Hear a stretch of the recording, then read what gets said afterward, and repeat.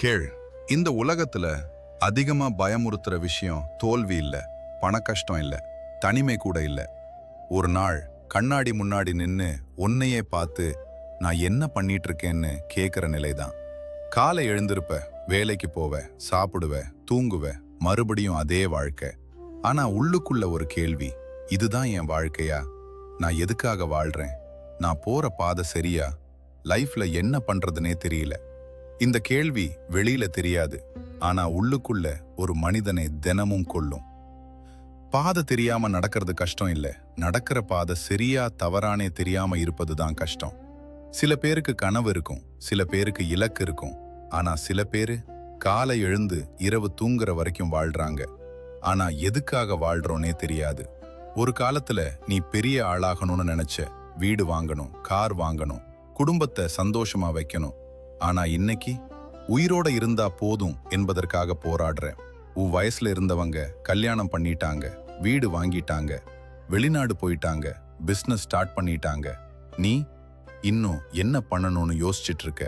ஒரு தோல்வி, 2 தோல்வி, 3 தோல்வி, அதுக்கப்புறம் கனவு காணவே பயமா இருக்கும். நல்ல வேலை இருக்கலாம், சம்பளம் இருக்கலாம், ஆனா மன நிம்மதி இருக்காது. ஏன்னா பணம் கிடைக்குது, ஆனா அர்த்தம் கிடைக்கல. ஒருத்தர் போனதால அவங்க மட்டும் போகல. சில நேரம் உன் எதிர்காலமும் அவங்களோட போயிடும். ஒரு காலத்துல எல்லாம் ஷேர் பண்ணின நண்பர்கள் இப்போ நீ உயிரோட இருக்கியா இல்லையான்னு கூட தெரியாத அளவுக்கு தூரம். தன்னோட கனவுகளை விட்டவன், எல்லாரையும் காப்பாத்தினவன், கடைசில தன்னையே இழந்தவன். இரவு 2 மணி, எல்லாரும் தூங்குறாங்க, நீ மட்டும் விழிச்சிருக்க, போன் கையில். மனசுல 1000 கேள்விகள், பதில் ஒன்றும் இல்ல. இதுதான் பல பேரோட பயம். எல்லாரும் முன்னாடி போயிட்டாங்க, நான் மட்டும் லேட்டா.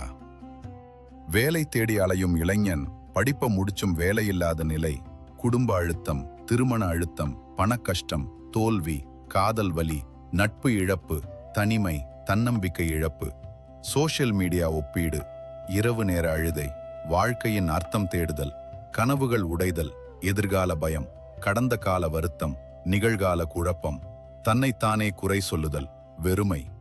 கேள், உனக்கு இப்போ பாதை தெரியலன்னா அதனால் நீ தொலைஞ்சு போயிட்டன்னு அர்த்தம் இல்ல. சில நேரம் வாழ்க்கை நம்மை நிறுத்தி வைக்கும், ஓட சொல்ல அல்ல, நம்மை புரிஞ்சிக்க சொல்ல. கேள், இப்போ உனக்கு லைஃப்ல என்ன பண்றதுன்னு தெரியலன்னு இருக்கலாம். அது தப்பு இல்ல. வாழ்க்கையில சில அத்தியாயங்கள் பதில் கிடைக்கிறதுக்காக இல்ல, நம்மை மாற்றுறதுக்காக. நீ இப்போ குழப்பத்துல இருக்கலாம், அழுதுட்டு இருக்கலாம், தனியா இருக்கலாம். ஆனா இந்த குழப்பம் நிரந்தரம் இல்ல. ஒரு நாள் இன்னைக்கு நீ அழுத இந்த இரவை நினைச்சு அந்த காலமும் கடந்து போச்சுன்னு சொல்லுவ. வாழ்க்கையில் என்ன பண்றதுனே தெரியாத நேரம் கூட வாழ்க்கை முடிஞ்சு போச்சுன்னு அர்த்தம் இல்ல, ஒரு புதிய பாதை உருவாகிட்டு இருக்குன்னு அர்த்தம். உன்னோட கதை இன்னும் முடியல. நான் இருக்கேன். நான் சிவன். ஓம் நம சிவாய.